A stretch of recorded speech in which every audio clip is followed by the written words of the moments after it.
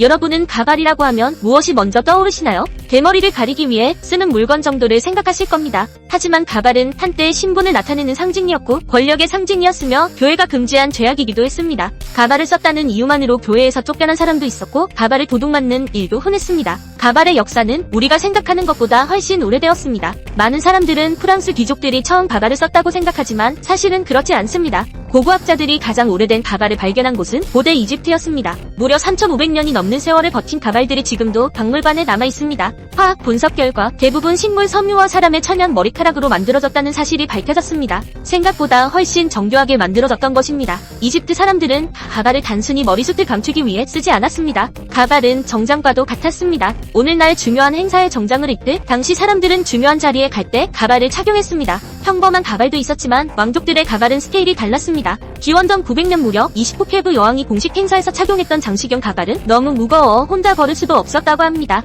하인들이 양옆에서 받쳐주어야 할 정도였습니다. 그만큼 가발은 자신의 지위와 권력을 과시하는 물건이었습니다. 시간이 흘러 가발 문화는 지중해를 건너 로마로 전해집니다. 그때 로마에서는 새로운 유행이 일어납니다. 사람들은 검은 머리보다 금발을 더 아름답게 여기기 시작한 것입니다. 당시 로마인들이 가장 선호한 금발은 어디에서 왔을까요? 바로 게르만족 여성들의 머리카락이었습니다. 전쟁에서 승리한 로마는 포로들을 데려왔고 그들의 머리카락을 잘라 가발을 만들었습니다. 그래서 로마의 부유한 여성들은 게르만 여성의 금발 머리카락으로 만든 가발을 가장 귀하게 여겼습니다. 로마의 시인 오비디우스는 이런 기록을 남깁니다. 게르만족의 머리카락은 너무나 풍부해서 로마 사람들은 대머리를 걱정할 필요가 없었다. 짧은 한 문장이지만 당시 얼마나 많은 금발 가발이 만들어졌는지 짐작하게 합니다. 하지만 금발 가발은 시간이 지나면서 뜻밖의 이미지를 갖게 됩니다. 처음에는 귀족 여성들이 즐겨 쓰던 장식품이었지만 점차 로마의 창녀들이 가장 많이 사용하는 머리 장식이 되어버린 것입니다. 거리의 사람들은 멀리서 금발 가발만 봐도 그 사람이 어떤 직업을 가진 사람인지 짐작할 정도였습니다.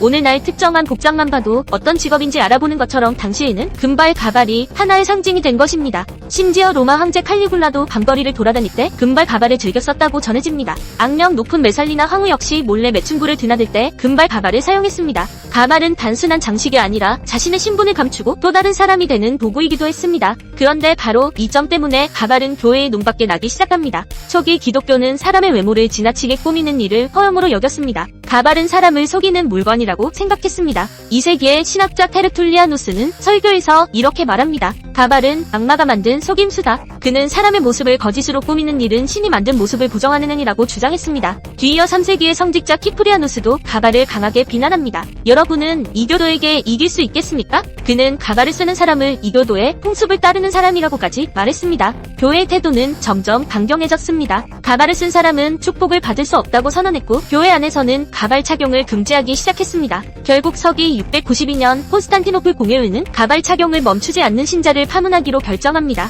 하지만 가발은 사라지지 않았습니다. 오히려 시간이 흐를수록 더 화려해졌고 더 거대해졌으며 더 많은 사람들이 쓰기 시작했습니다. 그리고 몇백 년 뒤 유럽에서는 가발 때문에 왕과 교회가 정면으로 충돌하는 사건이 벌어집니다. 가발을 죄악으로 규정했던 교회는 시간이 흐를수록 더욱 강경해졌습니다. 2세기에는 가발을 쓴 사람은 하나님의 축복을 받을 수 없다고 선언했고 692년 콘스탄티노플 공회의에서는 끝내 가발 착용을 멈추지 않는 신자들을 파문하기로 결정합니다. 당시 사람들에게 머리 모양은 단순한 유행이 아니었습니다. 겸손과 교만, 신앙과 허영을 가르는 기준으로 여겨졌던 것입니다. 이런 분위기 속에서 왕조차 교회의 눈치를 볼 수밖에 없었습니다. 영국의 헨리 4세는 교회의 권위에 맞서다가 결국 파문까지 당한 인물입니다. 그런데 그조차도 가발 문제만큼은 교회의 뜻을 거스를 수 없었습니다. 결국 그는 궁정에서 화려한 장발과 가발을 금지하고 교회가 권장한 짧고 단정한 머리 모양을 따르게 합니다. 그렇게 수백 년 동안 이어진 가발과 교회의 싸움은 쉽게 끝나지 않았습니다. 하지만 1517년 유럽 전체를 뒤흔드는 사건이 일어납니다. 바로 종교개혁입니다.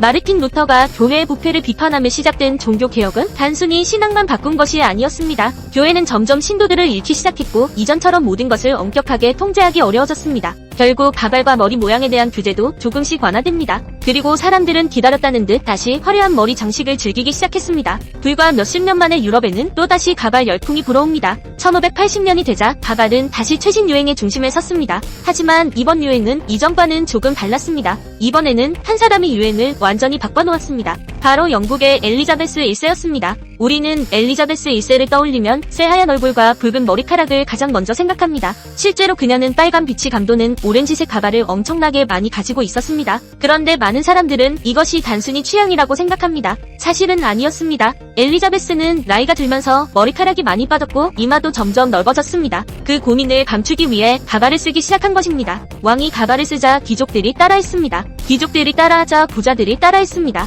결국 가발은 다시 최고의 패션이 되었습니다. 그렇게 시작된 유행은 걷잡을 수 없이 커졌습니다. 사람들은 단순히 머리숱을 보완하는 정도에서 멈추지 않았습니다. 더 높게, 더 크게, 더 화려하게 만들기 시작했습니다. 웨이브를 넣고 염색을 하고 리본과 장식을 달았습니다. 머리 위에 하나의 건축물을 올려놓은 것처럼 꾸미는 사람도 생겼습니다. 특히 프랑스 베르사유 궁전에서는 그 경쟁이 극에 달했습니다. 루이 14세 시대가 되자 가발은 권력의 상징이 되었습니다. 누구의 가발이 더 크고 화려한지가 곧 그 사람의 지위를 보여주는 시대였습니다. 베르사유 궁전에는 무려 40명이 넘는 전문 가발 제작자가 상주하며 왕과 귀족들의 가발만 만들었다고 합니다. 오늘날 유명 디자이너가 옷을 만드는 것처럼 당시에는 최고의 장인들이 가발을 만들었습니다. 그런데 이렇게 거대한 가발에는 문제가 하나 있었습니다. 너무 무거웠던 것입니다. 실제로 어떤 가발은 너무 무거워 오래 쓰고 있기조차 힘들었습니다. 그럼에도 사람들은 조금이라도 더 크고 화려한 가발을 원했습니다. 누군가가 조금 과하게 꾸미기 시작하면 다른 사람은 그보다 더 과하게 꾸미려고 하기 마련입니다. 가발이 모아 권력의 상징이 되자 예상하지 못한 문제가 생겼습니다. 값비싼 물건이 많아지면 언제나 그것을 노리는 사람들이 나타나는 법입니다. 18세기 런던에서는 가발이 보석만큼 비싼 물건이었습니다. 특히 법정 변호사들이 쓰는 가발은 일반 사람이 평생 한 번 사기도 어려울 만큼 값이 나갔습니다.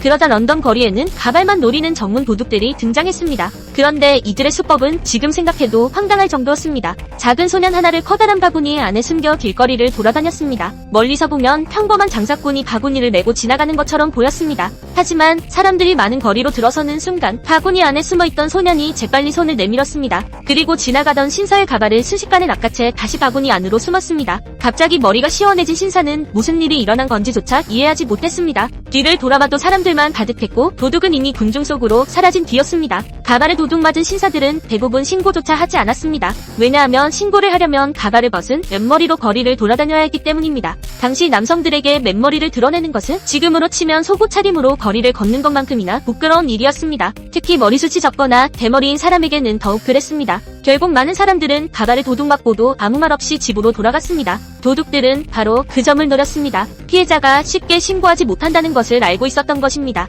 이렇게 가발은 어느새 사람들의 신분을 보여주는 물건이 되었습니다. 거리에서 누군가 어떤 가발을 쓰고 있는지만 봐도 그 사람이 얼마나 부유한지, 어떤 직업을 가졌는지 어느 정도 짐작할 수 있었습니다. 특히 법정에서는 더욱 그랬습니다. 영국의 판사와 변호사들에게 가발은 단순한 장식이 아니었습니다. 법의 권위를 상징하는 공식 복장이었습니다. 놀랍게도 그 전통은 지금도 이어지고 있습니다. 오늘날 영국 법정을 보면 판사와 일부 변호사들이 여전히 하얀 가발을 쓰고 재판을 진행하는 모습을 볼 수 있습니다. 300년이 넘는 시간이 흘렀지만 전통만큼은 그대로 남아있는 것입니다. 그런데 가발이 이렇게 다시 전성기를 맞이하자 교회는 또다시 반대의 목소리를 냅니다. 이미 한 차례 패배를 경험했지만 교회는 가발을 여전히 허용과 사치의 상징으로 보았습니다. 하지만 17세기 세상이 달라졌습니다. 사제들이 당시 유행하던 긴 웨이브 가발을 쓰기 시작한 것입니다. 평신도보다 성직자들이 더 화려한 가발을 쓰고 있었던 것입니다. 그러자 교회 내부에서도 불만이 터져나오기 시작했습니다. 예배를 드리러 가는 길에 가발을 빼앗기거나 축복을 받으러 갔다가 맨머리로 돌아오는 일까지 있었다고 합니다. 프랑스의 성직자 장 바프티스트 티에르는 아예 가발만을 주제로 한 책까지 썼습니다. 가발의 해악은 무엇인지, 가발을 쓴 사람을 어떻게 구별하는지, 심지어 가발을 벗기는 방법까지 자세히 적어 놓았습니다.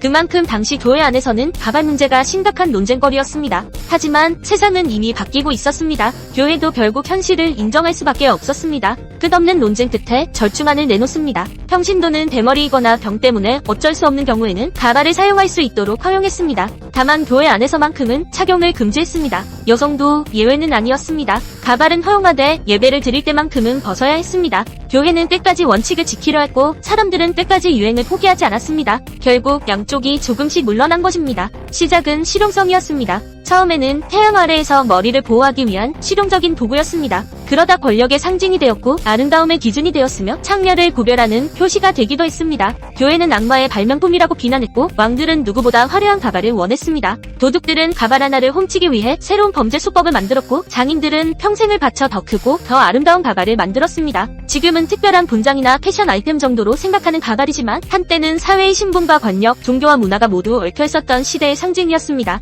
오늘날 영국 결국 법정에서 판사와 변호사가 여전히 가발을 쓰는 모습을 보면 그것은 단순히 오래된 관습이 아니라 수천 년 동안 이어져온 역사 한 조각이 지금까지 살아남아 있는 것인지도 모릅니다. 우리가 무심코 지나치는 작은 물건 하나에도 이렇게 길고도 흥미로운 이야기가 숨어 있다는 사실이 역사를 더욱 재미있게 만드는 이유가 아닐까요?